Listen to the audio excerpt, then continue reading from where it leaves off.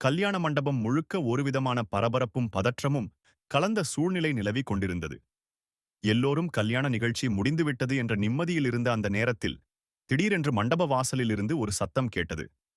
நிறுத்துங்க, நிறுத்துங்க என்று கோபம் கலந்த குரலில் அப்பத்தா உள்ளே நுழைந்ததும் அங்கே இருந்த அனைவரும் அதிர்ச்சியடைந்தனர். ஆனால் அவர்களுடைய எதிர்ப்பை பொருட்படுத்தாமல் ஈஸ்வரி ஏற்கனவே தன் திட்டத்தை செயல்படுத்திவிட்டிருந்தார். எந்த தடையும் வரக்கூடாது என்ற எண்ணத்தில் அவசர அவசரமாக சேதுவுக்கும் ஐஸ்வர்யாவுக்கும் திருமணத்தை நடத்தி முடித்துவிட்டார். மங்கள வாத்தியங்கள் ஒலித்துக் கொண்டிருந்தாலும் அந்த மகிழ்ச்சியின் பின்னால் மிகப்பெரிய புயல் ஒன்று உருவாகிக் கொண்டிருப்பதை யாரும் முழுமையாக உணரவில்லை. அப்பத்தா நேராக மணமேடையை நோக்கி நடந்து வந்த விதம், அவருடைய முகத்தில் தெரிந்த கோபம், கண்களில் இருந்த ஏமாற்றம் ஆகியவை அங்கே இருந்தவர்களை அமைதியாக்கிவிட்டது. திருமணம் முடிந்துவிட்டது என்பதே அவருடைய கோபத்தை இன்னும் அதிகப்படுத்தியது.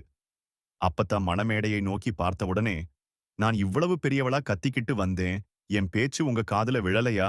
என்னை மதிக்காம இவ்வளவு பெரிய முடிவை எடுத்துட்டீங்களா என்று கடும் கோபத்தோடு கேட்டார்.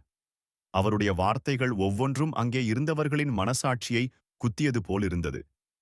குறிப்பாக ராஜாங்கம் என்ன பேசுவது என்று தெரியாமல் அமைதியாக நின்றார்.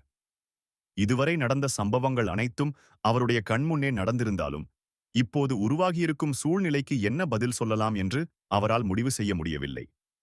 திருமணம் நடந்துவிட்டது என்பதில் ஒரு பக்கம் நிம்மதி இருந்தாலும் அப்பத்தாவின் கோபத்தின் பின்னால் இன்னும் ஏதோ இருக்கிறது என்ற பயமும் அனைவரின் மனதிலும் இருந்தது.